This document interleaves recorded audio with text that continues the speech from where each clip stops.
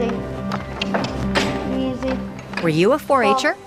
Do you want your kids to participate in 4-H? From agriculture and animals to rockets and robots, 4-H offers everything a kid could imagine.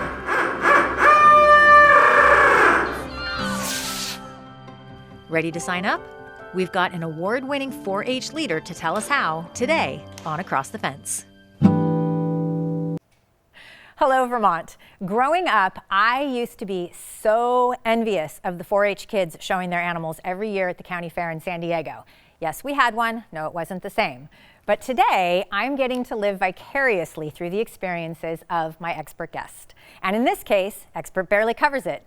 Through UVM Extension, Martha Seifert has been a 4-H educator for Addison County for 17 years. And recently, at the Eastern States Exposition, she received the Vermont Building Award, presented by our own Vermont Secretary of Agriculture himself, Anson Tebbetts. It's a big deal. Martha, welcome. Thank you. And I say that we have brought the award with us today. As instructed. As instructed, thank you so much. It's not official unless you have brought the award on the show, but thank you so, okay, good. So I want to hear a little bit about how you got started in 4-H. Oh goodness, so it will go back years. When I was 8 years old, Okay. I grew up in Connecticut and I was a member of the Connecticut 4-H organization. And I lived on a dairy farm, so my focus project was dairy, but I also did baking, and I had a pair of working steers, calves at one time. So I kind of expanded out beyond the one project area. But yeah. Do you have a favorite 4-H memory of your own? Oh, good Lord. Probably too many to recall, but probably one of my most favorite things about 4-H was being able to go to the National 4-H Dairy Conference. Okay. In Wisconsin. That was the first time flying for all four of us from Connecticut. Okay. So that was, that's a memory that stuck with me. Because of the travel? Because of the travel and the friends, the people we got to meet. Yeah, so see, you never know what you're going to get out of your 4-H experience. You never know. It got us outside of the boundaries of my home state, which I think is a benefit to a lot of our kids. They get to travel if they want to take advantage of the opportunities. And you became a 4-H educator. I did. What drew you in? Well, I wanted to give back. The position came available. I like working with kids. I like mentoring them, and I'm like, well, let's give this a shot and see what happens. And 17 years later, I'm still here. So this was 17 years ago. You had been involved in 4-H as a child. Yep. Had you also been involved in other capacities as an adult? You mean you come from a dairy background? Right. I had a small dairy farm, and I would host some workshops. Okay. But I was not a leader in Addison County. But when the position came open, it's like, that thinking that might be a good fit for me. Yeah. Well, what does 4-H stand for? So the 4-H's stand for head, heart, health, and hands. So the pledge is I pledge my head to greater thinking, my heart to greater loyalty, my hands to larger service, and my health to better living for my club, my community, my country, and my world. I think it's so beautiful. Yeah. Yeah. And what do kids get out of the experience of being in 4-H? I mean, the children that you've worked with, 17 years of watching kids go through 4-H. What have you seen? How do they develop? How does 4-H help kids? It's so I'll give you one example of a leader. I think she's been a leader now for 4 years. When I started, she was a 4-H member. Okay. So to see her come back as a leader and her kids now taking part of 4-H, it's that generational thing is you can't break the chain. They keep coming back. They've got a lot of benefits from it. 4-H is about teaching life skills, and it doesn't matter what your project is. There is always life skills to be learned. Well, and you mentioned that even for your own 4-H experience as a child, that you did baking and things like that. What are some of the life skills?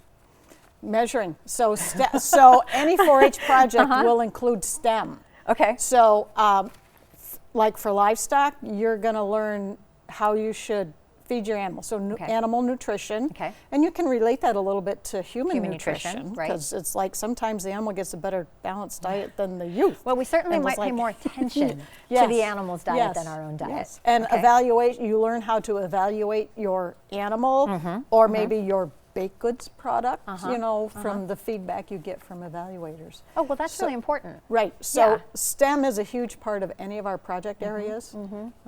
How have you seen 4-H change over the years?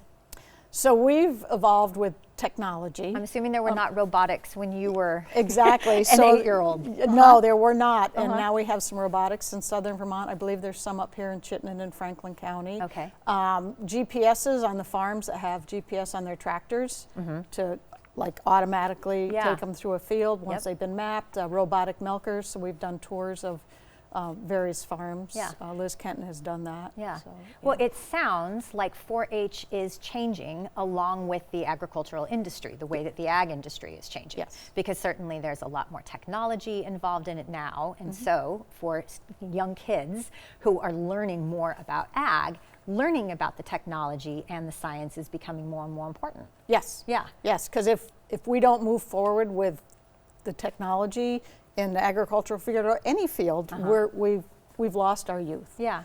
That's what. Well, part and of what I'm pulls also me. hearing too is that there's differences from club to club to club. So not every club in every part of the state is going to have the same offerings. Is that right? Correct. So I have 17 clubs in my county. Okay.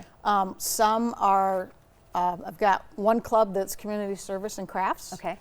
They have a lot of clover buds, which they can't do a livestock project. I have some clubs that are specifically horse, some that are specifically dairy. I have one club that does crafts, beef, horse, dairy, archery. So a club can do whatever they want, but they tend to stick to one major project area with some others on the side. As a 4-H leader, does that mean that you are taking them through all of these different activities? Are you an expert in all of these things? Well, so you're leading them. You don't have to be the expert. You can invite people in to, I'm just going to pick one club and tell you that they've invited in a couple to help the kids on animal preparation for the fair. So they're learning from people that are experts in their field or are, you know, they'll have someone else in to talk about animal nutrition. Okay. What should you be feeding? Yeah. You know, somebody else to talk about how do you evaluate your horse, conformation-wise. Well, I'm getting a sense of it, but you tell me, what is it really like to be a 4-H'er? I, of course, as a child who looked at 4-H from afar and was just envious and wanted to raise a rabbit. That was what I really wanted to do. I wanted to raise a rabbit. But I had no idea like what it would be like to be inside of it. What is it really like to be a 4-H kid? Like how much work are these young people doing? Great question. So what we do is we usually tell, especially the public, because they're thinking, oh, they've got this calf at the fair and isn't that nice? So it's a team. It's like a sports team. If they're not working with their animal, they're not going to perform very well. So most of them pick their animals out in April, May, and they start working with them then. Because if they don't come fair week, your rabbit's not going to sit very nice for you. You know, you got to train them to sit nice and I had learn how never to thought pose about what it them. would be like to have to train a rabbit to sit nice and pose. Yeah, Okay. yes. So it's a team effort between the animal and themselves. Building a rapport too. Building a rapport, and again, they need to learn the proper nutrition so that the growing rate is appropriate. On beef cattle, it's rate of gain per day.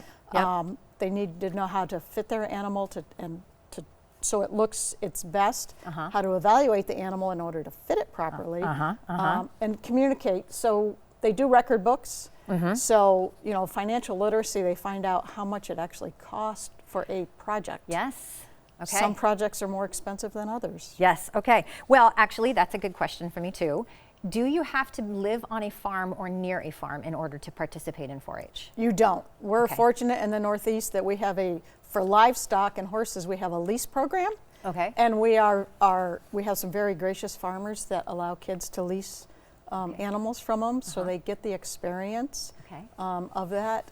And we're a very rural state, but you get into states like down in New York City, they have clubs in the city.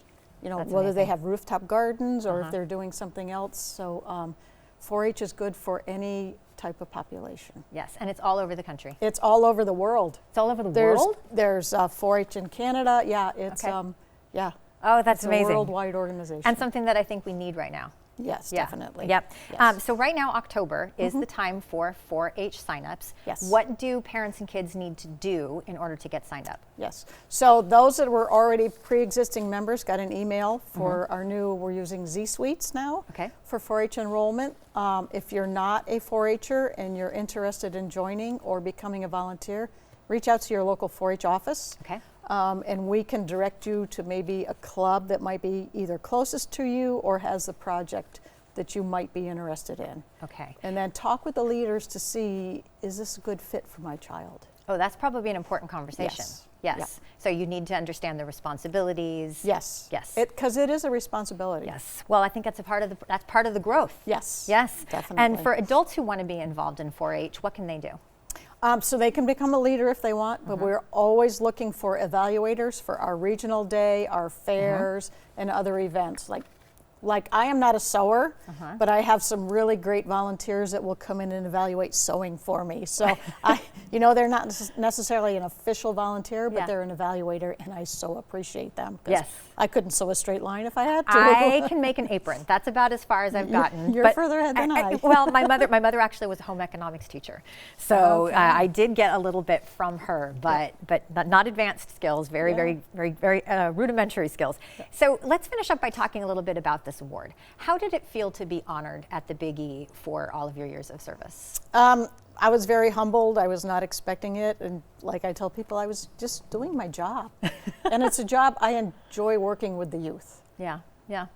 Final question. Most important life lesson that you learned from 4-H? Wow. Many life lessons, but not necessarily a lesson, but it's the friends that I made, that little 8-year-old that I'm still friends with today. That you are still friends with And today. it's the kids that have just gotten back from some trips. It's much easier for them to remain in contact with the people they've met because of social media. Gosh, that's true, right? So Yeah. they are making these connections, which I love to see. So your final 4-H, so here's what we've learned about 4-H today. 1, definitely growth and responsibility, but 2, opportunity to make friends for a lifetime. Yes. At the same time as you're learning a life skill. Yes, exactly. That's fantastic. Okay, so don't let your kids be like me and grow up regretting they never participated in 4-H. Check out the website on the screen to learn all about the clubs and opportunities available and get signed up now. It could be the start of a lifelong love affair with animals, agriculture, and service. Martha, it has been a true honor to have you here with me today. Congratulations on your award, and thank you for all of your service to 4-H. Thank you very much.